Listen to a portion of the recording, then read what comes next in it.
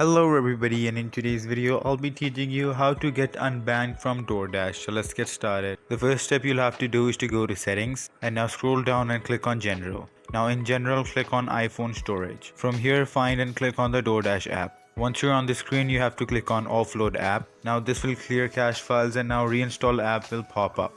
Click on it to reinstall the app. After you're done reinstalling, go to the App Store and now search for any VPN. I recommend NordVPN. Once you're done installing, connect to any server.